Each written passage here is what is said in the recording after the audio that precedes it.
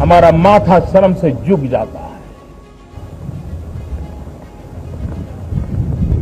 लोग अलग अलग तर्क देते हैं, हर कोई मनोवैज्ञानिक बनकर के अपने बयान देता है, लेकिन भाइयों बहनों, मैं आज इस मंच से मैं उन माताओं और उनके पिताओं से पूछना चाहता हूं, हर मां बाप से पूछना चाहता हूं कि आपके घर में बेटी 10 साल की होती है, 12 साल की होती है, मां और बाप चौकन्ने रहते, हर बार पूछते हैं कहां जा रही हो, कब आओगी, पहुंचने के बाद फोन करना। बेटी को तो सैकड़ों सवाल मां बाप पूछते हैं, लेकिन क्या कभी मां बाप ने अपने बेटे को पूछने की हिम्मत की है?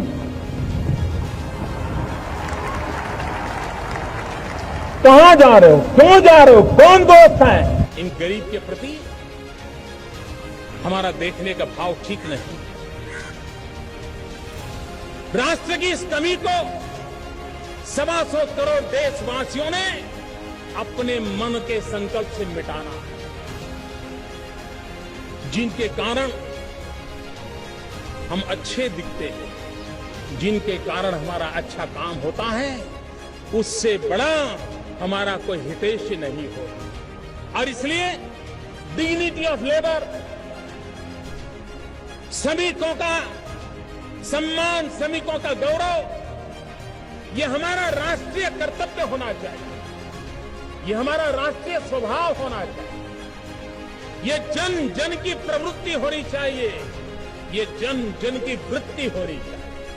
कभी कभी देश में स्वभाव बन गया था कि ये काम तो हो सकता है, ये काम तो नहीं हो सकता है, भाई अभी तो नहीं होगा, कभी होगा तो पता नहीं।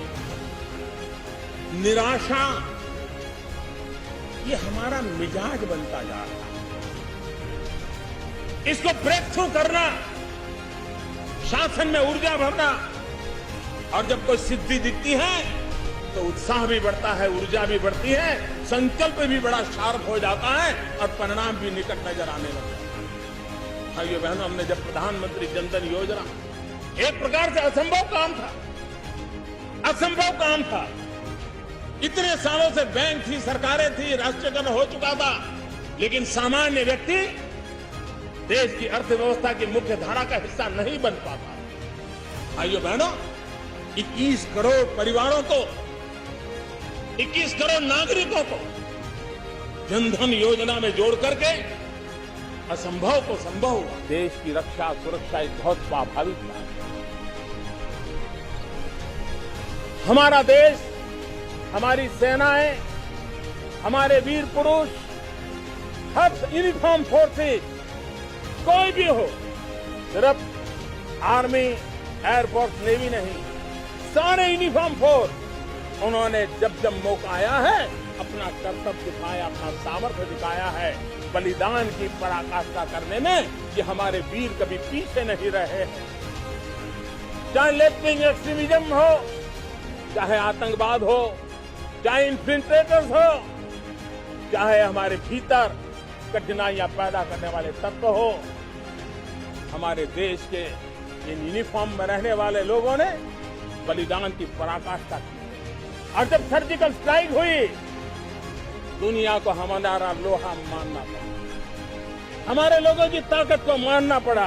दलित हो, पीड़ित हो, शोषित हो, वंचित हो, महिलाएं हो, उनके हकों की रक्षा करने के लिए हमारी संसद ने संवेदनशीलता और सजागता के साथ सामाजिक न्याय को और अधिक बलवत्तर बनाया।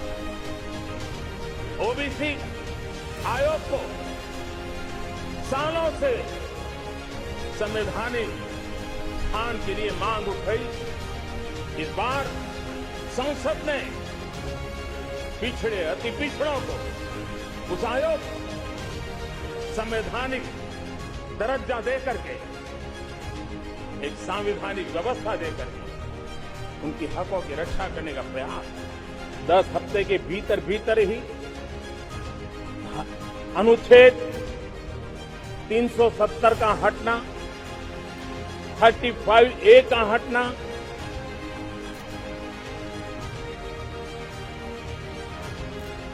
सरदार वल्लभ भाई पटेल के सपनों को साकार करने की दिशा में एक अहम कदम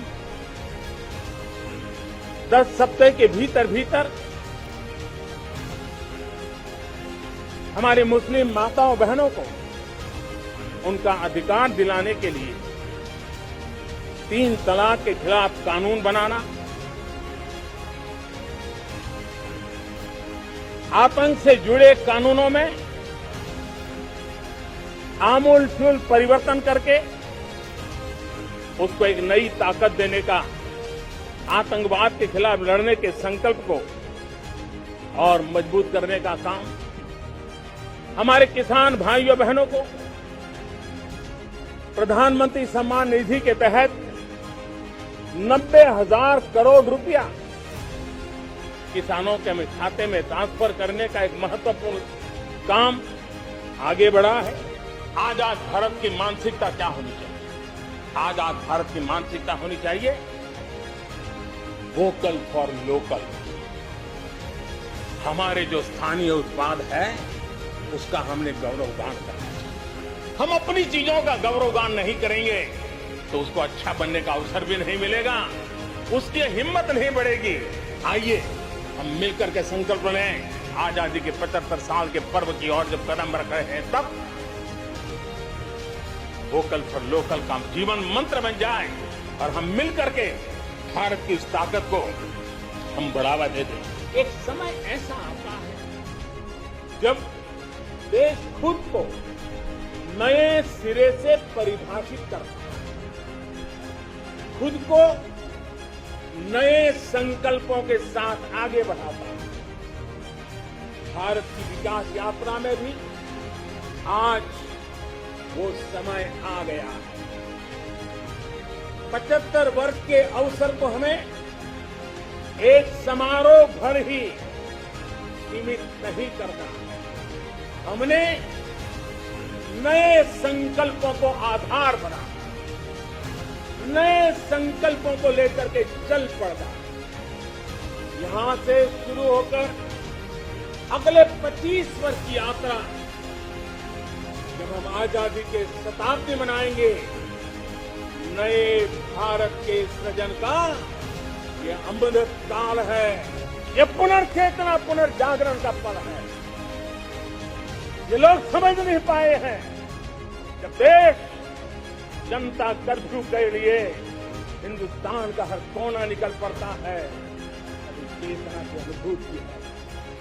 जब देश ताली थाली बजा करके कोरोना वॉरियर के साथ कंधे से कंधा मिला करके खड़ा हो जाता है, तब चेतना की अनुभूति होती है। जब दिया जला करके कोरोना वॉरियर की शुभकामना देने के लिए देश निकल पड़ता है, तब उस चेतना की अनुभूति होती है। दुनिया कोरोना के कालखंड में वैक्सीन लेना या न लेना, वैक्सीन काम का है कि नहीं है, उस उलझन में जी रहा था।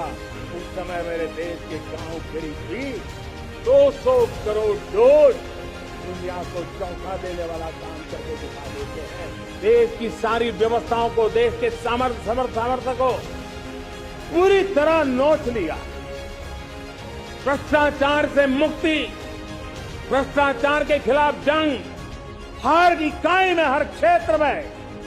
और मैं देशवासियों, मेरे प्रिय परिवारजनों, ये मोदी के जीवन का कमिटमेंट है, ये मेरे व्यक्तित्व का एक कमिटमेंट है कि मैं भ्रष्टाचार के खिलाफ लड़ाई लड़ता रहूंगा।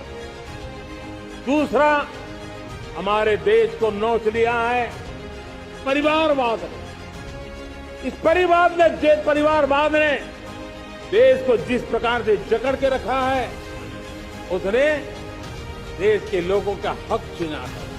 और तीसरी बुराई तुष्टीकरण की है।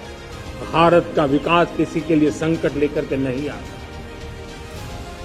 हम विश्व में समृद्ध थे, तब भी हमने कभी दुनिया को युद्ध में नहीं झोंका। हम बुद्ध का देश है, युद्ध हमारी राह नहीं है। और इसलिए विश्व चिंतित न हो भारत के आगे बढ़ने से। मैं विश्व समुदाय को विश्वास दिलाता हूं कि आप भारत के संस्कारों को समझिए, भारत के हजारों साल के इतिहास को समझिए। आप हमें संकट मत मानिए, आप उन तरकीबों से न जुड़िए जिसके कारण पूरी मानव जात का कल्याण करने का सामर्थ्य जिस भूमि में है, उस भूमि को ज्यादा मेहनत करनी पड़े। लेकिन फिर भी मैं देशवासियों को कहना चाहता हूं, चुनौतियां कितनी ही क्यों न हो, चुनौती को चुनौती देना ये हिंदुस्तान की फितरत में है।